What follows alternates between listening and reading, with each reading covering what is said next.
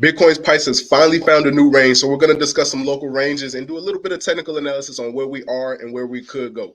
Then we're going to get into asset tokenization because that's where I believe the real opportunities lie in the future as far as digital assets and money flowing in the space. Then we're going to talk about a little bit of Solana news, and then we're going to wrap it up on how to manage cryptocurrency as far as safety goes. Welcome back to another episode. We on episode 50. Man, that was fast. You know we rocking and rolling, and you know we locked in. So let's get right to it. Let's refresh CoinGecko here. We got Bitcoin sitting here at 43,700, having a crazy last 24 hours, up 4%. We have Ethereum at $2,228, having being up about 3% in the last 24 hours.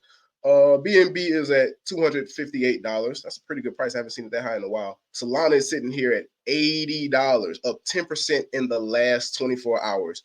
XRP sitting at 61 cents and Cardano sitting at 59 cents. So let's look at a little bit of price on TradingView. So we have Bitcoin sitting here at $43,730. If we look at the local ranges of where we could be for the next couple days, couple weeks, we should sit here in between $40,000 and $44,500. So if you're a trader and that's where you want to live, you know, this may be where you want to set your stops and losses and longs, but I'm not a trader. I don't play that game, and none of this is financial advice, but this is where we could be for a little while. So one thing I want to look at, well, there's two things I want to look at. First, let's start off with the EMA, and I like to look at the 200 EMA. On the daily, we seem to be well above the threshold.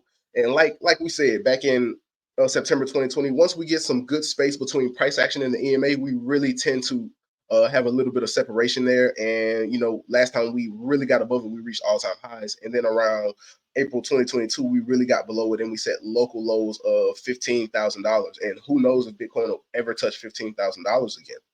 So one thing I want to look at is maybe some next price ranges as far as Elliott Wave goes. So let's go here. Let's expand it a little bit. Let's go 5 waves. So let's say we start from here. 1, 2, 3, 4. So this is a 5-wave impulse to the upside. So let's create 2 scenarios. Let's say we go higher and we go lower. And normally after a 5-wave impulse, it's normally 3 waves after that. So let's say we go lower. Let's say we go, no. Let's start off with higher. Boom.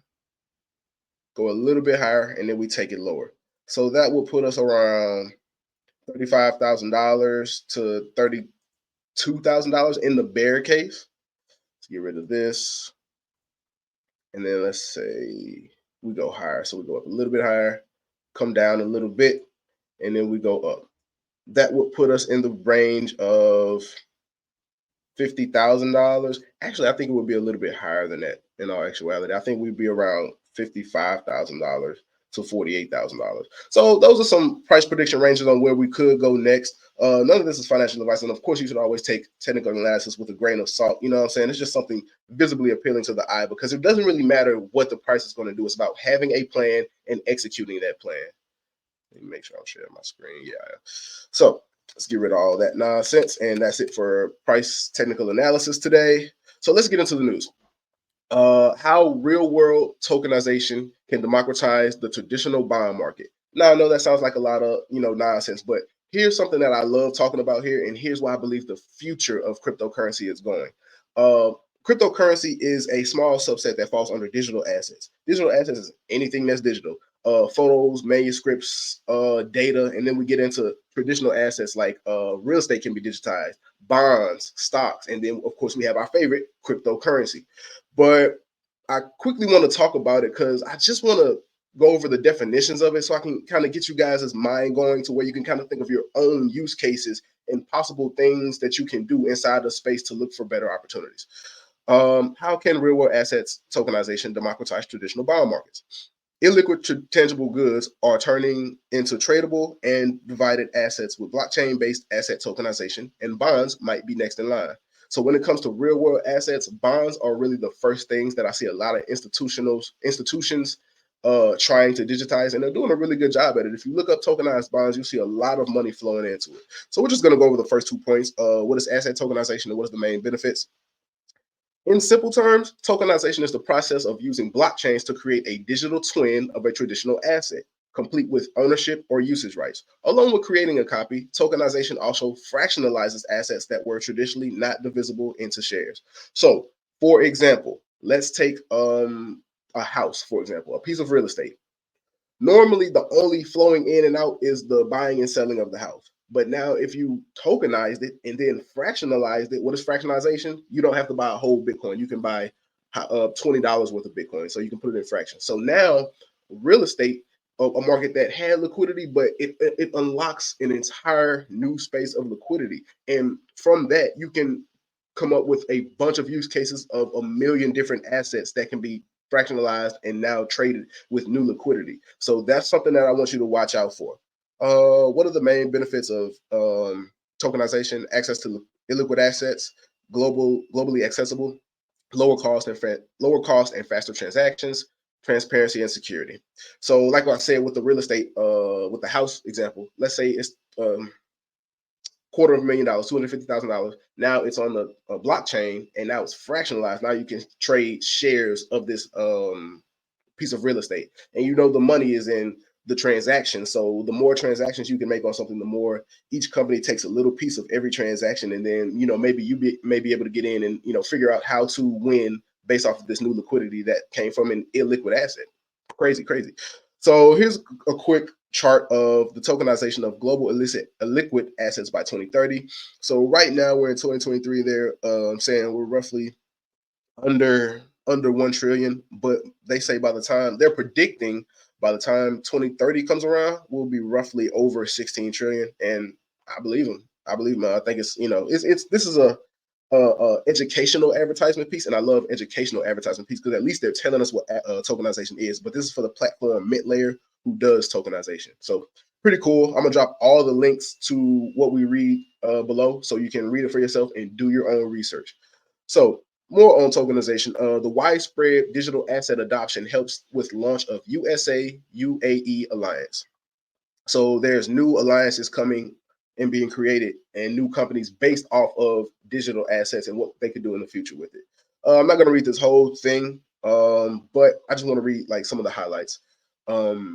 Yet, while 90% of institutional stakeholders recognize the potential of digital assets, the building blocks needed to aid adoption at scale are still needed.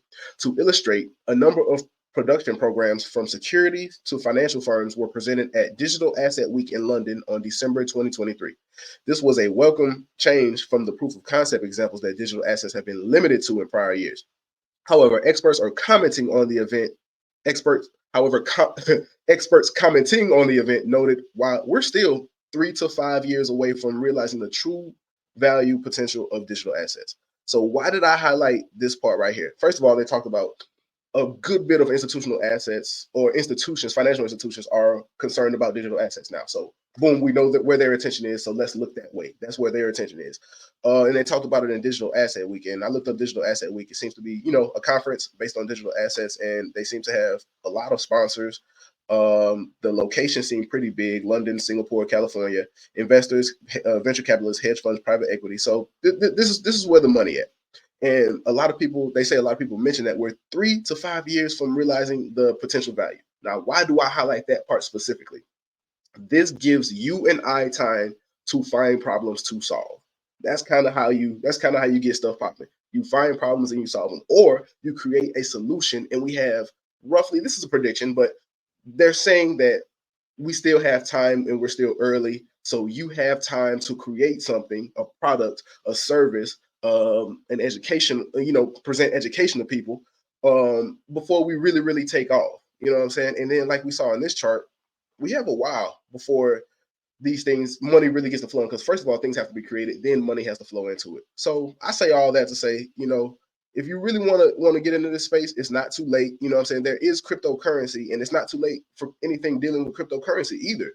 But as far as digital assets, there's a lot going on, and there's a lot of opportunity for us out there. And then the last thing, just one last use case. Interrupts partners with DigiShares to pioneer tokenization of non-traditional assets.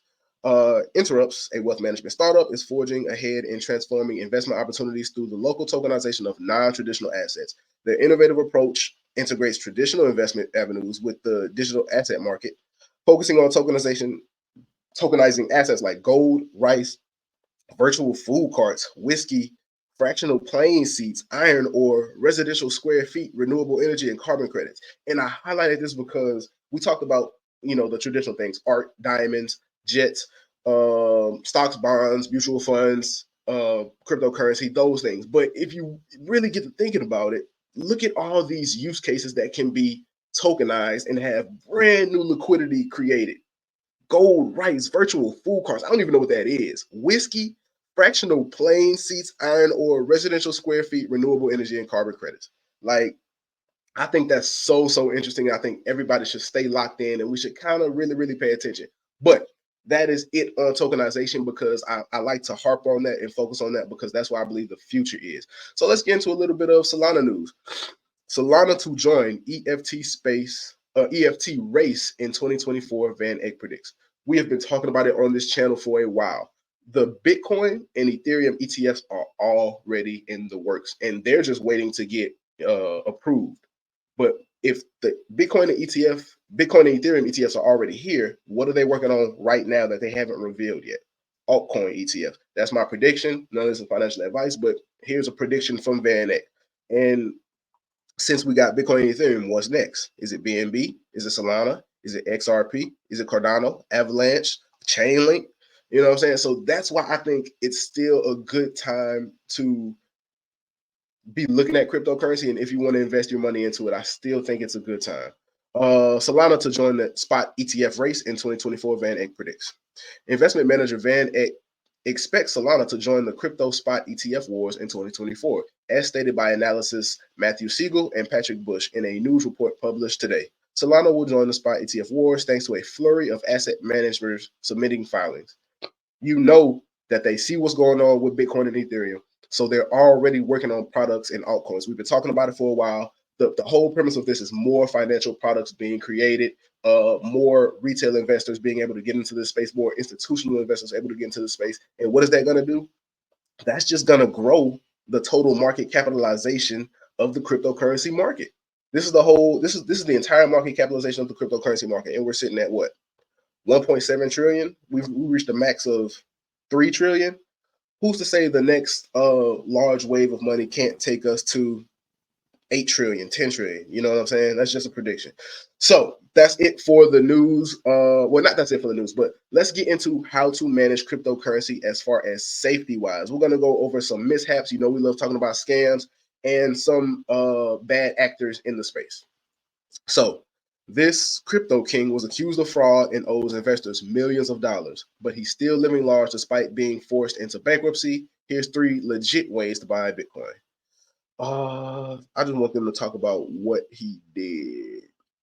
In a volatile world of cryptocurrency, cautionary tales are as common as stories of overnight millionaires. Very true. One such tale is that of Aidan P., a 25-year-old self-described crypto king from Ontario. More than 150 investors have been trying to recover more than $30 million they gave P to invest in cryptocurrency and foreign exchange. We're going to stop it right there, because that's all we need to read.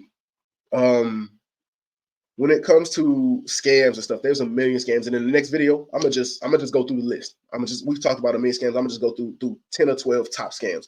But this is one of them: sending people money to invest for you. If a person can invest and make money consistently, they don't need your money to do it. If something sounds too good to be true, it is. And unless it's a established financial institution, you know what I'm saying, I would not trust them with my money. And you have to scrutinize the financial institutions as well. But you're going to send your money to a 25-year-old kid that calls himself the crypto king, and somehow he got 150 investors to give him 30 million. I don't know how true this is. I don't know if this guy is guilty or innocent, but it's not about him or this specific situation. This happens all the time. So if someone reaches out to you and forms a relationship with you and tries to get you to invest, especially online, it's probably not a good idea, and you really need to watch out. So that's a particular scam you need to watch out for. But let's talk about some other things. Cryptocurrency theft soars as malicious extensions target users. In recent times, a concerning trend has emerged in the world of cryptocurrency: a surge in theft targeting valuable digital assets. Cryptocurrency thefts have increased recently, causing concern. These cyber attacks use dangerous browser extensions is troubling. So this is a different one. I haven't heard this angle for cryptocurrency yet. Having malicious browser extensions place viruses and malware on your computer. And to be honest with you, I should have thought about it because browser extensions have been doing this for a very long time. I remember being 15, 16, downloading bad browser extensions and causing our entire family's computer to crash. Like, that's how long this has been going on. So let's just break it down exactly how they do it. If you want to get into the nerd stuff. So Rydell extension hijacks cryptocurrency transactions. Rydell steals cryptocurrency wallet logins, information, and passwords from website visitors. Uh, Malevolence continues, and Relied collects and sends the user's browser history to attackers' servers. The most worrying aspect of Relied is its ability to bypass two-factor authentication, which many users utilize for further security. Relied acts quickly when a user is prepared to transact cryptocurrency, injecting a script into the web page, changing the confirmation code input window, and stealing it. The recipient's wallet is secretly swapped with the hacker's wallet to favor the attackers. So that's just breaking it down on a lower level, but you see what they're talking about. So when it comes to managing your cryptocurrency, this is how I like to move. I have my hard wallet. I buy the majority of my cryptocurrency from Coinbase. I'm in the States. So I buy them on Coinbase. And if I don't plan on doing anything else with it, I send it straight to my hard wallet. If I plan on buying alternative coins with it, then I'll buy it on Coinbase, send it to a trusted exchange. Always research the exchange you're sending it to as well. Get whatever coin I'm doing, do whatever I want to do on there, and send it back to my hard wallet. You see where I'm going. I keep everything in a hard wallet at the end of the day because if you keep it on exchanges, it's up for grabs. So when it comes to managing cryptocurrency, I wouldn't connect my wallet because there are digital wallets that are in your browser extensions. I wouldn't connect my wallet to any sketchy looking websites. Always be careful when connecting your wallet to a website. Be careful downloading browser extensions. And really, you should hard custody your cryptocurrency, because if you leave it on an exchange, it's their cryptocurrency. They can do whatever they want with it. When you put money into a bank, it's actually the bank's money, and they're using it, trading it to make money for them.